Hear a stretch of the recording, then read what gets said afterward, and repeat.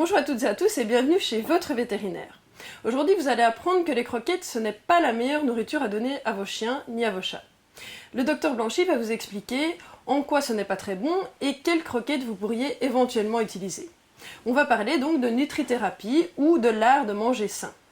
Je suis venue à la nutrithérapie parce que c'est vrai qu'à l'université, on n'avait pas trop de cours d'alimentation pour les petits animaux, s'entend, et pour les bovins, les gros animaux, on a eu tenté plus d'informations. Et par rapport à ma pratique d'homéopathie, j'étais un peu embêtée de rester sur des croquettes qui sont quand même des aliments énergétiquement morts et de ne pas proposer à mes propriétaires une nourriture plus énergétique, plus vivante. Puisque j'utilise une médecine qui est quand même une médecine douce, je préférais essayer d'être en accord avec ça au niveau alimentation. Et puis, comme tout le monde le dit, on est ce qu'on mange. Et que, comme l'a dit Hippocrate, là, notre premier médicament, c'est notre nourriture. Mais je voulais essayer de voir s'il y avait moyen de donner aux propriétaires d'animaux des conseils de nutrition pour leurs chiens et pour leurs chats. Et donc j'ai suivi des cours, j'ai suivi 2 années de cours de nutrithérapie aux Cerdaines. Donc je suis nutrithérapeute et pour humains évidemment, et je transpose ça aux animaux en fonction de leurs besoins spécifiques. Alors il faut savoir que le chien, on dit toujours que le chien est un carnivore, pas seulement.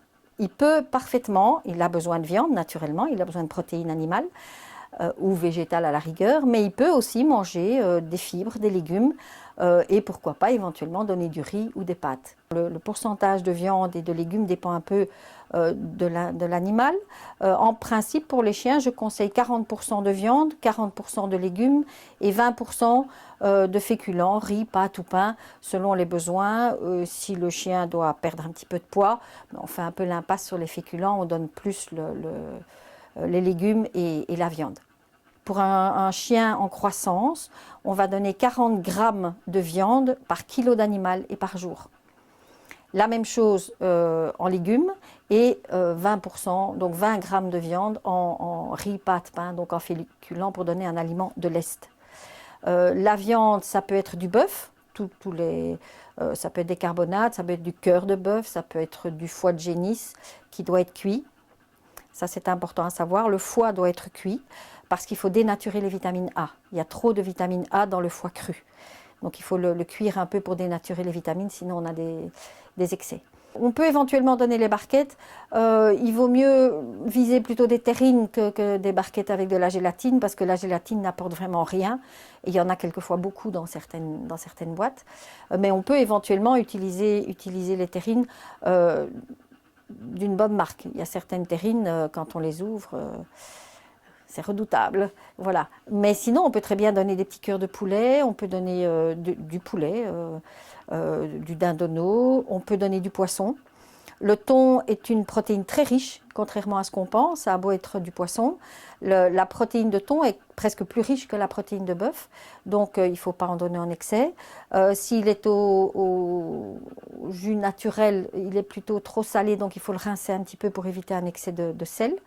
On peut donner d'autres poissons, on peut donner du poisson blanc, on peut donner, à partir d'un certain âge, c'est excellent de donner des poissons gras, sardines, maquereau, éventuellement saumon. Bon, maintenant, ça dépend du gabarit du chien, évidemment. Si on a un chien de 80 kg, le nourrir au saumon, ça va devenir un petit peu cher. Mais dans l'absolu, la ration ménagère ne sera pas plus chère qu'une ration industrielle. Parce que les légumes et le riz et les pâtes ne sont pas excessivement chers. Et la quantité de viande qu'on va donner sera une viande sera tout à fait raisonnable par rapport à la ration normale de l'animal.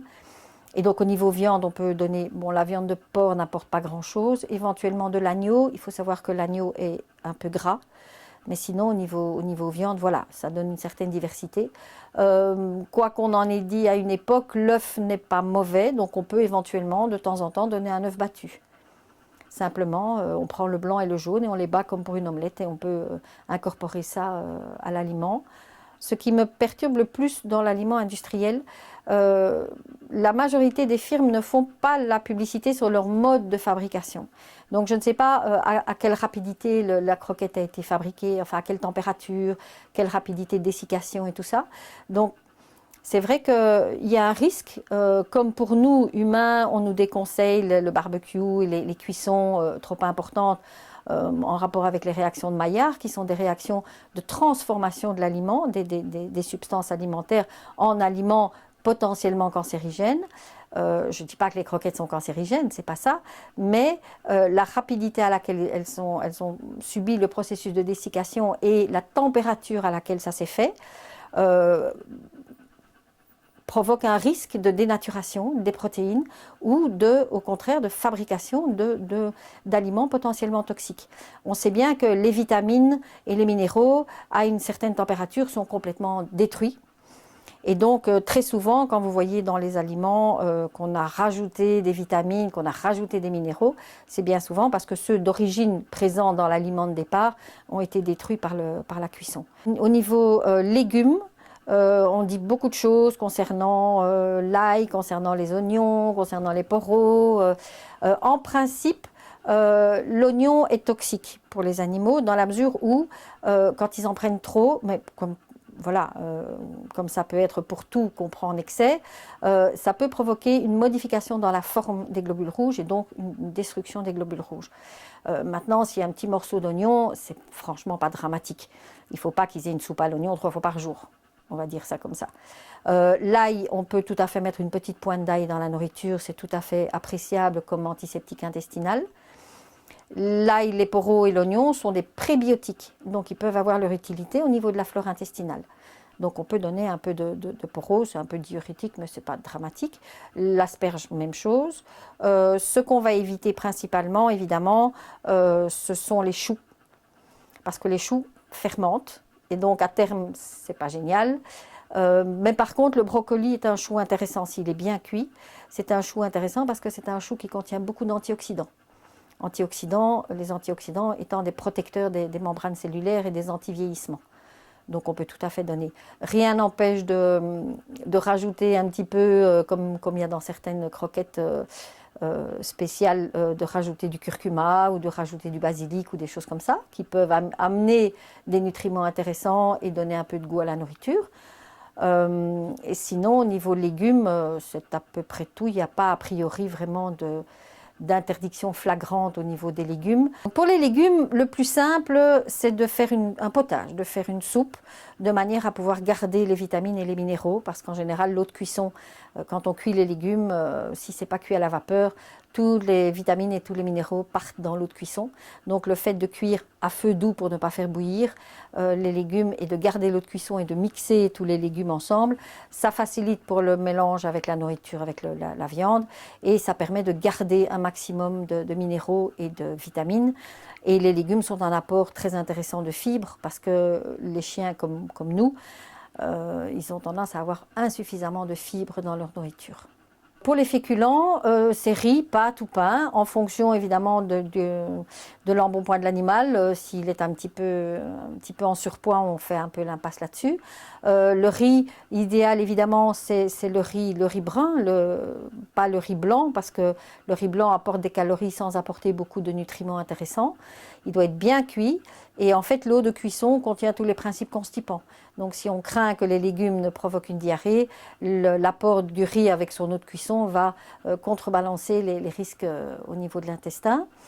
On peut utiliser des pâtes, même chose, ça peut être avec du blé complet ou du pain. Le meilleur pain qu'on peut utiliser, évidemment, c'est le pain au levain ou le pain d'épeautre, c'est encore le meilleur.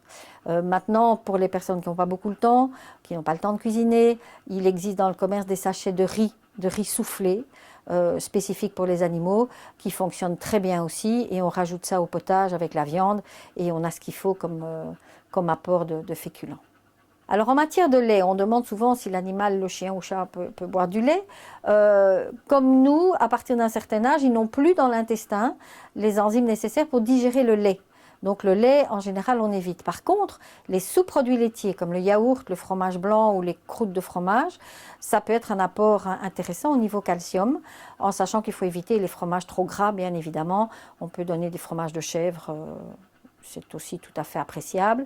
En matière d'os, pour les chiens qui sont en croissance, on déconseille évidemment tous les os trop pointus qui risquent de provoquer des esquilles. Par contre, un gros os, un jarret de veau ou un genou de bœuf que le chien peut rogner avec délice, c'est tout à fait intéressant aussi bien pour la dentition que pour l'apport en calcium. Et bien voilà, j'espère que ces quelques conseils culinaires vous ont été utiles. Et donc, comme vous le voyez, on peut tout à fait nourrir son animal avec une ration ménagère sans mettre sa santé en péril. Les croquettes sont bien évidemment très pratiques, mais il y a une alternative à l'alimentation par les croquettes. Il y a éventuellement des croquettes bio qui sont de meilleure qualité, bien qu'on ne les trouve pas aussi facilement dans le commerce. Mais sinon, la ration ménagère est tout à fait intéressante. Au niveau coût également, vous verrez que ça vous reviendra probablement moins cher.